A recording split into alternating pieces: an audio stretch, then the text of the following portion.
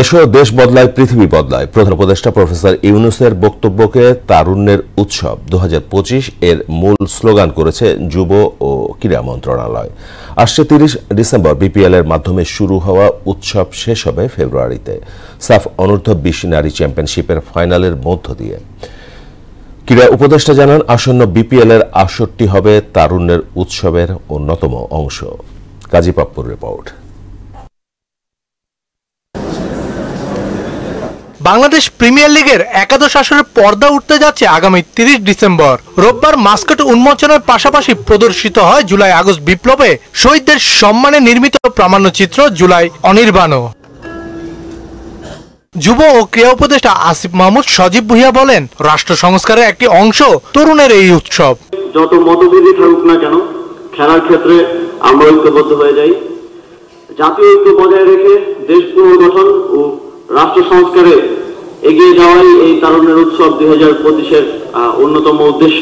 টুর্নামেন্টকে বৈশ্বিক পরিমণ্ডলে ছড়িয়ে দিতে আয়োজন ও ব্যবস্থাপনার নতুনত্ব আনার কথা আগেই বলেছিলেন বিসিবির সভাপতি ফারুক আহমেদ। এদিন সেই কথার পুনরাবৃত্তি হলো তার কণ্ঠে। টিম নিয়ে করা হচ্ছে, আমার মনে হয় যে খেলা তো খুবই গুরুত্বপূর্ণ, তার সাথে আমরা যদি খেলাটাকে সবাইকে সম্পৃক্ত করতে পারি, যেটা আগে কখনো হয়নি, এবার নতুন করে আমরা চেষ্টা করব।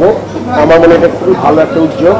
এখন যে কোনো ভালো উদ্যোগকে স্বাগত জানাতে হবে প্রথম, বাট এটা কতটুকু সাকসেসফুল হবে এটা কিন্তু শেষ হলে বুঝে যাবে। সাকিব আল হাসানকে বিপিএলে খেলানোর পাশাপাশি ওয়েস্ট ইন্ডিজ সফরে রাখা হবে কিনা এমন প্রশ্নে নিজের ইতিবাচক মনোভাব জানান বিসিবির সভাপতি। সাকিব এখনো ক্ষমতা রাখে খেলার ন্যাশনাল টিমে, বাট এইভাবে আসলে একটা প্লেয়ারের জন্য খুব বেশি একটা মানে সে যে দেশের বাইরে থেকে টুর্নামেন্টগুলো খেলবে তাকে মেন্টালি খুব একটা, আপনি জানেন যে একটা ফ্র্যাঞ্চাইজি লিগ খেলা দেশের জন্য খেলা এক কথা না, আপনার প্রিপারেশন হয়, টিমের জেলটা দরকার হয় খুব বেশি, সেটা যদি করতে পারছে না এখন আসলে মানে ও আমার মনে খুব বড় একটা মেন্টাল স্টেটে নাই দেশের জন্য খেলার জন্য আমার মনে হয়। বিপিএল এর জন্য ক্ষতিকর লোকদের ভবিষ্যতে না রাখার সিদ্ধান্তের পাশাপাশি নারী বিপিএল আয়োজনেরও আশা ব্যক্ত করেন ফারুক আহমেদ। পদক্ষেপ আপনারা দেখবেন যখন টুর্নামেন্টটা শুরু হবে। কাজী পাপ্পু, মোহনা সংবাদ, ঢাকা।